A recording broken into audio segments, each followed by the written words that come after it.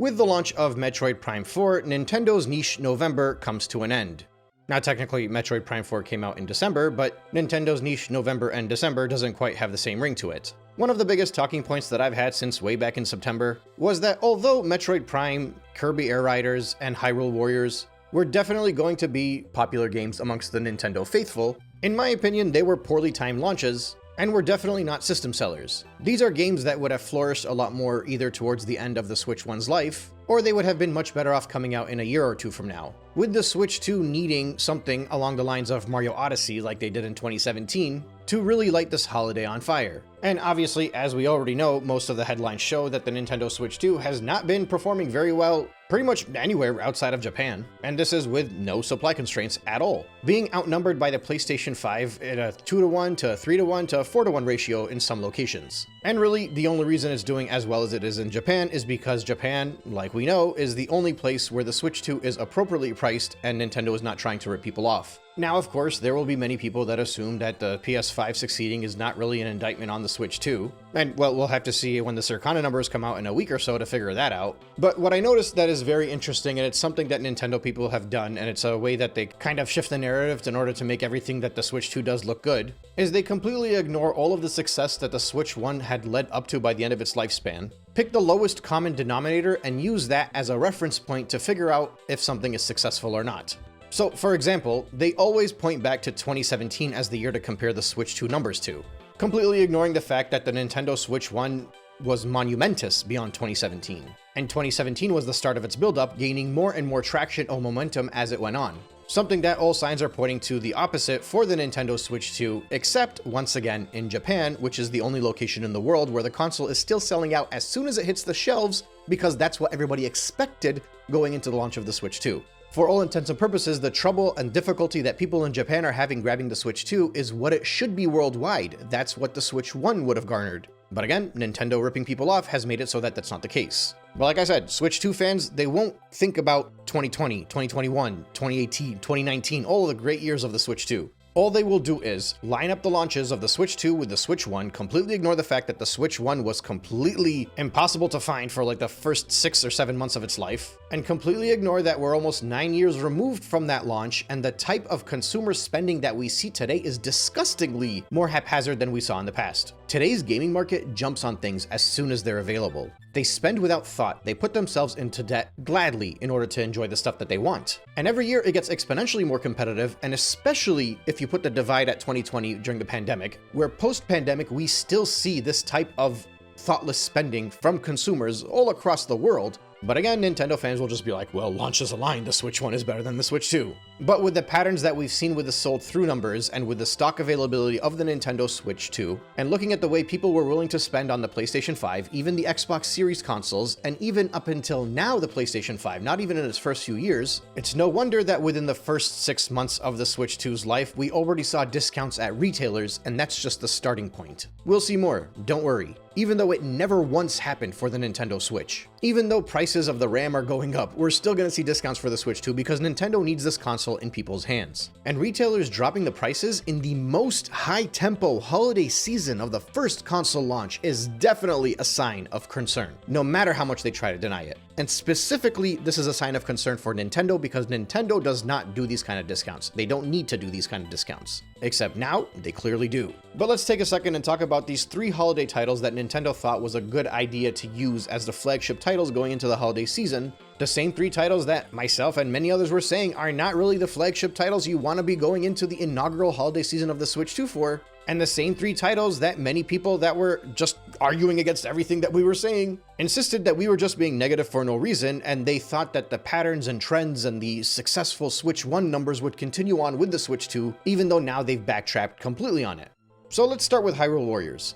This was the most underwhelming of all 3 titles. In Japan, it launched selling less than half of what the last one sold, and reports indicate that that's where it actually performed the best. Now you can argue the Switch 2 had a smaller user base than the Switch 1 did, but these games that I'm talking about today specifically, in Kirby, Metroid, and Hyrule Warriors, are the type of games in which the most enthusiastic Nintendo fans usually flood towards. And enthusiastic Nintendo fans are usually the ones that early adopt. And we can see this with a game like Metroid Prime 4, for example, which I'll talk about shortly, but the Switch 2 version of Metroid Prime 4 is outselling the Switch 1 version, and it's outselling it by a much wider margin than what we've seen with other games that have released for both the Switch 1 and the Switch 2. So like Pokemon, for example, that's not really an enthusiast game. Well, it's a Pokemon enthusiast game, but not a Nintendo enthusiast franchise. So that game at launch was the closest it could be to nearly split 50-50 with Switch 1 and Switch 2, with the Switch 1 being slightly more, because it's not an enthusiast game. So the later adopters are the same people that have Switch 1s, so they're the ones that are willing to buy the game later on, usually. Whereas with Metroid Prime 4, it's not like 50-50, it's not 60-40, it seems to indicate right now, based off of numbers that you would see on Amazon, and even the early Famitsu numbers, that Metroid Prime 4 is doing much better for the Switch 2 than the Switch 1, because again, it's an enthusiast title. So the enthusiasts are the ones that were buying this on the Switch 1, they're the ones that early adopted the Switch 2, and they're the ones that are going to be buying it on the Switch 2. Which means that even though Hyrule Warriors was a Switch 2 game, it had more than enough of a population that jumped into the Switch 2 to perform much better than it has. I'm not saying that it had to equal the previous game, but it definitely was expected to do much better. And keep in mind, in Japan, that's where the signs indicate that it's doing much better than anywhere else. That's why, if many of you remember, during the launch of this game, most of the headlines around were talking about Breath of the Wild fatigue, because most reports and the sales tracking that was being done when this game launched was hinting at an underwhelming launch for this game. So you can pretty much shoulder this game to the side. It's not the winner of these three games. Or at least that's what it would seem on the surface, because the next game that launched was Kirby Air Riders. Now, Kirby Air Riders, there's a lot to talk about this title. In Japan, it actually had huge numbers, selling just under 200,000 units. This is in comparison to the roughly 75,000 units that were sold in Japan from Hyrule Warriors. But obviously, it's nothing in comparison to like the numbers of Pokemon, for example. But Kirby is popular in Japan. And its prequel only managed to sell 85,000 units when it launched. But of course, that's choosing a very low bar to compare it to, because that game came out on the GameCube over 20 years ago. But that won't stop people from comparing it. Kirby has been on a roll. It's been doing phenomenal for all of the Switch 1's life. Star Allies launched at 223,000, and the momentum just continued to grow with the launch of every single Kirby game. And this is Japan, where Kirby has been doing phenomenal. This easily could have knocked people's socks off. And don't get me wrong, it's a very good number, a very good launch, but it could have been better. And arguably, it needed to do better, because Japan seems to indicate that this is where Kirby completely overperformed. All reports indicate that over in Europe, Kirby completely flopped. Hyrule Warriors was considered underwhelming, or like slightly average, maybe slightly below average in Europe in most locations, and even then there are some reports that it doubled the numbers of Kirby Air Riders in Europe. As a matter of fact, one of the more concrete things that we received about how well Kirby Air Riders did in some of the regions over there was that at retail it had performed better than Star-Crossed World, which, if you remember, was the Switch 2 edition version of Kirby and the Forgotten Land and Star-Crossed World. And this comparison was strictly retail numbers, so physical copy of Kirby Air Riders on the Switch 2 versus physical copy of the Switch 2 edition of Star-Crossed World. But the thing is, most people that bought Star-Crossed World just upgraded their Kirby and the Forgotten Land game. So it's very likely that there are way more people that played Star-Crossed World than there are people that played Kirby Air Riders. And even outside of that comparison, even if we didn't get raw numbers in many of the locations, all of those top 10, top 40, top 30 charts that release on Europe on a weekly basis, Kirby fell down fast, dropping out of the top 40 in some of them. And the game's been out less than a month, and this is supposed to be a flagship game going into the holidays for the biggest console of the year. It's not a good sign. So starting off just with Europe and with Japan, looking at Kirby and Hyrule Warriors, it seems like it's maybe a tie. Probably favors Kirby because of the swing that it has in Japan is better than the loss that it had in Europe, whereas Hyrule Warriors is like sitting smack dab in the middle between the two of them. And then of course we finally get to Metroid Prime 4. While the first two games were going to be favoring Japan a lot more, this game was going to be favoring the West a lot more. And it's shown clearly in the Famitsu numbers that were launched this morning, with Prime 4 on the Switch 2 managing just over 21,000 units in its first week. And we don't know how many units the Switch 1 version sold, but we know it's not in the top 10 because Famitsu only shows the top 10 until later tonight. But the 10th game on this list sold just over 17,000, so even if you add the two together, it's less than 37,000, which is pretty low. And again, that's assuming that it sold 37,000, because it could be much less than that. And for the sake of reference, Metroid Dread, which was the last Metroid title to come out, and it was a 2D title, so it probably had a smaller budget, had lower expectations, didn't go through development hell, wasn't marketed on the launch of a brand new console. I mean, technically it was one of the games that launched with the OLED Switch, so that would help it a little bit, but not comparison to being, you know, the flagship winter game for the Nintendo Switch 2. Metroid Dread launched in Japan at 87,000 units sold. just under that. So this is a very weak launch for Metroid Prime 4 over in Japan. Now, you'd expect that in the West it makes up for it, but many of you have been following the news over the past week or so, and we see signs of a very weak launch, once again, all over Europe. The optimists are comparing it to Metroid Prime Remastered,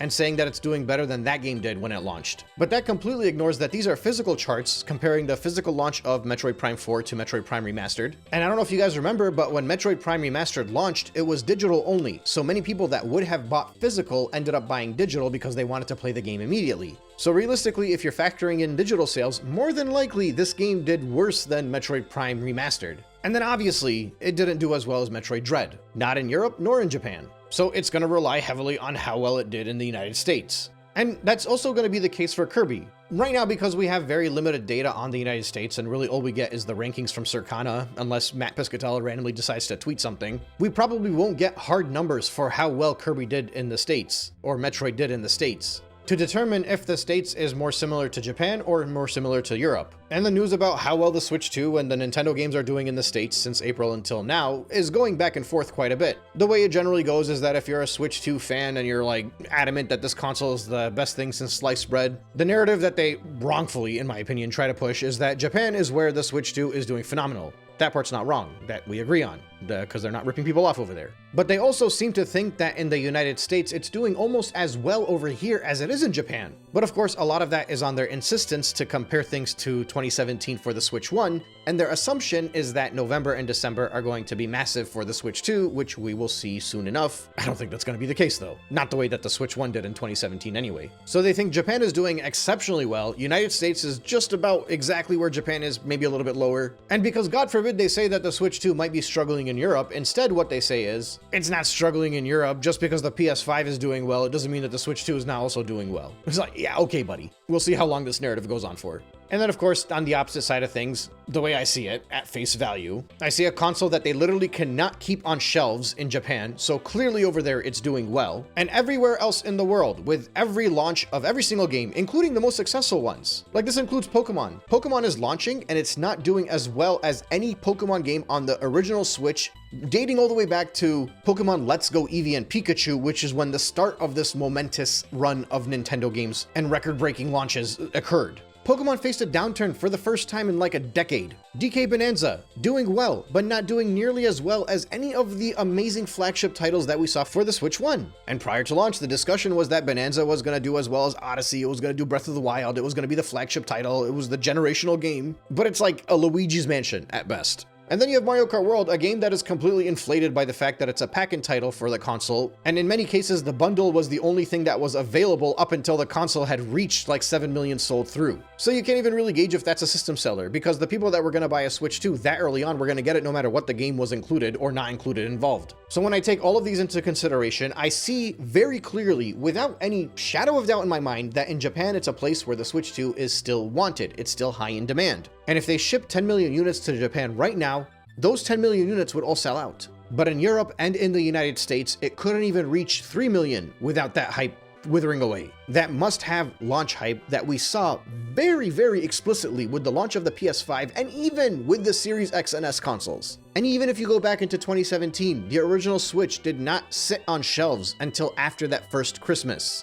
Clearly, that is not the case with the Switch 2. It's very obvious. Now, that being said, we have some numbers that we can use as kind of a reference point to gauge how well these games are doing on the Switch 2. Black Friday just passed, and all 3 of these games are within their launch month. We can look at the Amazon numbers of the past 30 days and kind of get a feel for how well it might be doing. And I'm not talking about the Amazon bestsellers list, which ranks things and gives them more points if it was sold more recently. I'm talking about the games where you click on it and it has a number next to it saying how much was sold in the past 30 days. Now, the lowest one on this list ends up being Hyrule Warriors, showing only 10,000 sold in the past month. But in fairness, the launch of Hyrule Warriors was just over a month ago, so it loses a lot of those initial numbers. In the case of Kirby Air Riders, it shows 30k sold, and likewise with Metroid Prime 4, as well as an additional 10,000 sold on the Switch 1. Now keep in mind, I don't think these numbers include pre-orders as well, and again, this is just based off of a single retailer, but also over the holiday season, that's when most of these games did get pushed and got sold the most, and Amazon was one of the most active things out there during the holiday season, so it is a pretty good gauge to see how well something is doing in comparison to another game. But the question is, are these good numbers? Like, how do we know if these games are actually performing well or not just based off of Amazon? and based off of the past 30 days. We need like an actual reference point. Otherwise, I'm no different than just a Circana chart that ranks how well Nintendo games are doing, where you might think that Bonanza being on the top of the Nintendo list means that it's the best-selling game of that month, but then you look at the list of every game that was sold that month and it's like number 17, because the Nintendo numbers are way smaller than anything else. And so what I'll do is I will pick a random game that is probably performing okay, maybe punching a bit above its weight, and we'll see how well that game is doing in comparison. Let's look at a game that everybody in the Nintendo world seems to be convinced is a failure. Sonic Racing Crossworlds in the past month on the Nintendo Switch sold 40,000 units. Now keep in mind this is a game that reached 1 million already, so it already hit that initial launch demand, and was still hitting this 30 and 40,000 way back in September as well, mind you. It didn't take a price drop for it to sell this much. The price drop is just an added bonus of not being a Nintendo game. This is a mistake that many Nintendo fans make. They assume that when something goes on a discount and goes on sale, it means it's performing bad. That is only true for Nintendo, because they have conditioned people to believe that's the case. Which, like I said, is why when the Switch 2 had a discount earlier in December, it's a clear indication that it wasn't moving enough units, otherwise they never would have done that. But with Sonic, we saw a game hit 1 million, selling between $70 and $90. People were willing to spend that money knowing that there would be a discount before the end of the year, because that's what always happens with Sonic games. And this was launching as the most expensive Sonic game, and has performed very admirably, and this is without being a bundle. And specifically in a year where the most enthusiastic of kart racing fans had already bought Mario Kart World. But still, looking at the Black Friday numbers, this is well after its launch. It sold 40K just on the original Switch alone. And keep in mind, the physical version of the Nintendo Switch 2 is not yet purchasable. That's not coming out until next year. So what many Nintendo fans did was they went out and they bought this Switch 1 version, and they paid the $5 on the eShop to upgrade it into the Nintendo Switch 2 version. So this 40K is not just Switch 1 buyers, it's also Switch 2 buyers. These are Nintendo fans that can play Mario Kart that decided to buy Sonic Racing Crossworlds. So it's 40K sold on Amazon in the past 30 days, and that's just on the Nintendo platform. The PS5 adds another 10,000 to the sales, and the PlayStation is a much more digital heavy console than the Nintendo consoles. So there's a very likely chance that that 10,000 plus you're seeing right there is actually 20 to 30,000 plus, if not 40,000. And likewise with the Xbox Series, which adds another 3,000. And again, that's a mostly digital platform, so that 3,000 is probably 10,000 plus. And again, this also does not include all of the Steam sales it's had, which are entirely digital and won't even show up on this chart. So even if you take Hyrule Warriors, you take Kirby, and you take Metroid, and you multiply them by 2, assuming that they're half digital, half physical sales for Nintendo, which is usually a very generous multiplication, because Nintendo is still mostly physical. If you apply the multipliers for those Nintendo games versus this Sonic game, which has already been out since September, so remember, it's not even selling more now than it did at launch. Or at the very least, it's probably on par with how it did at launch. But it's not currently getting its enthusiast bump, because it already got that. The Nintendo games that just launched in the past month are getting that enthusiast bump. And despite that, this underperforming game, by the words of the mouth of most Nintendo fans the way they viewed it, has been having a much better holiday than these 3 flagship launch titles for the Nintendo Switch 2. And even strictly looking at just the Nintendo Switch version of Sonic Racing Crossworlds, it's at least on par, if not slightly above the rest of them. And keep in mind, this is not strictly because the price is lower. Sonic games are always cheaper. Up until the launch of Sonic Racing Crossworlds, Sonic games have always been cheaper. And they've never done so well where you can put it head to head with flagship Nintendo titles. Like I think Sonic Frontiers is just at around 5 million sold right now. But ultimately, the reason I'm putting things into perspective here is because I actually don't think Sonic Racing Crossworlds is doing that well comparison to a Nintendo game. It's doing amazing in comparison to a Sonic title. It's had a phenomenal launch for a spin-off of a Sonic title, a spin-off which has been struggling for a franchise that has been struggling. But even the best performing Sonic game usually doesn't look anywhere near close enough to be competing head to head with the best performing Nintendo titles, with the average B-tier Nintendo titles. Normally, the Sonic game is a spec. So I'm actually being very nice to Kirby and to Hyrule Warriors and to Metroid Prime 4 by even comparing the past 30 days of sales to Sonic. Now keep in mind that Metroid and Kirby have not been out for 30 days yet, so those numbers could go up. But the Sonic numbers didn't start to increase until after Kirby launched, because that's when Sonic got its discount. And the Metroid numbers will increase, but they won't increase enough to overcome the Sonic numbers. Not when you consider all of the platforms that it's on. And to give you an idea to how well Sonic Racing is doing over the past month, its Switch number alone is doing as well as Bonanza did.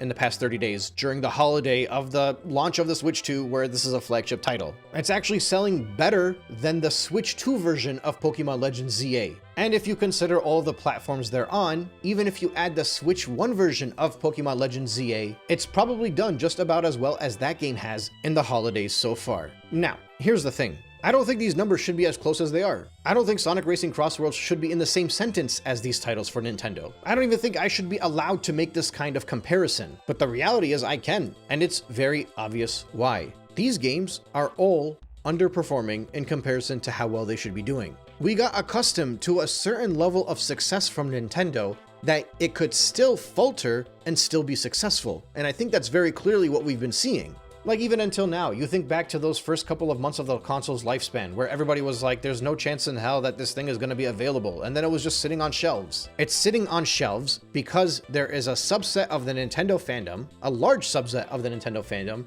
that is refusing to buy it. You're looking at the launch of Bonanza, and it's not doing as well as it should be doing. It should have a 100% attachment rate, honestly, especially in the West. Or at least like an 80% attachment rate. It's a brand new 3D Donkey Kong game, but it doesn't. And once again, it's because there's a fandom that has pushed away from Nintendo as a result of all of this. There is no reason why Pokemon Legends ZA should have been a downturn. It should have done much better than Arceus when it launched, especially being a cross-gen game. That should have set it up to blow the previous record out of the water. But instead, we saw our worst launch since Let's Go Eevee and Pikachu. And then obviously the biggest hits are seen by Metroid, Kirby, and Hyrule Warriors. Because the people that would have been the most enthusiastic about purchasing those titles have walked away from Nintendo from April until now. And the funny thing is, a lot of people that have become very reluctant to spend on Nintendo have already bought a Switch 2 and have even purchased some of these games. So even with the people that reluctantly are spending the money, there are hundreds of thousands more out there that are refusing to. Because otherwise the sales numbers for the Switch 2 in the West, and these games even, would have much more reflected the type of hype and success that we saw going through the Switch 1's life. And we never would have to seen people shifting the goalposts and deciding to compare them to weaker franchises or weaker games. Or look all the way back to a time in 2017 where Nintendo had to convince people that the Wii U was just a one-time thing and it was going to be better for the Switch. People would never have to have compared the Switch 2 games and the Switch 2 consoles sold to the lowest common denominator of the Switch 1's life cycle. The Switch 2, leading up to the launch of this thing, had enough hype and enough momentum to shatter even the numbers that it did at launch, even the numbers that it's doing right now. But instead, it's turning into an average, lackluster console that's only doing well in one region, and coincidentally, it's the one region where the console is priced cheaper. The stock value of Nintendo took a nosedive. Now, mind you, it's been on a downward swing since mid-August. It had 2 shifts of momentum since then. I was tracking it the entire time. One of them was with the lead up to the September Direct, in which after how terrible of a Direct that was, it completely nosedived again. And it didn't shift back upwards until there was a Bloomberg article about the increase of production of consoles. And then leading into the holidays, it started to drop down dramatically again once all of the news of how well the PS5 was doing. It was already going down. Investors were already losing faith. In the middle of the year, it was up like 70% compared to January. Now it's up to like, 20% last I checked. It's still up, but it's moving downwards. And that was before the news about the RAM increase of prices. That just took it to a whole nother level of despair. But if you look at the last 5 years of that stock value, it's never had such a downward turn this steep that we've seen, and it's only happened since the launch of the Switch 2. This thing has pretty much been consistently just growing upwards since 2022, with minor drops along the way. But ever since August, pretty much around the time where the glass had shattered for a lot of people and they realized the Switch 2 was not the console that they expected it to be, and now you're seeing all these reviews of people 6 months later, I haven't touched my Switch 2 in 3 months. 6 months later, all of the third-party games actually suck on here. 6 months later, I'm still waiting for Nintendo to release a 3D Mario, a 3D Zelda, a Smash Brothers, something that I can actually play. 6 months later, you're in the holiday season and this thing is being outsold by a PS5, which for all intents and purposes is not even that great of a console, nor is it discounted anywhere near what the PS4 was discounted when the original Switch launched. And these mediocre launches of these games that would have been completely eaten up by the most hardcore of fans. Fans that would have loved these games and loved to defend these games and looked past all of the flaws of these titles because Nintendo had been treating them well. Those people are not buying Switch 2s right now. All that's left is the casual audience, and the casual audience can't afford Switch 2s. And even if they could, they wouldn't be buying these niche titles. These games would have succeeded much more with the boycotters on board. But instead, we're going into a holiday season of 2025 where the narrative around Nintendo is overwhelmingly negative. People despise the company right now, in comparison to last year, where there was just so much excitement and people were so ready for the pending reveal of the Switch 2 that was coming in January. It never should have gotten to this, and the only reason it has is 100% because of Nintendo's greed.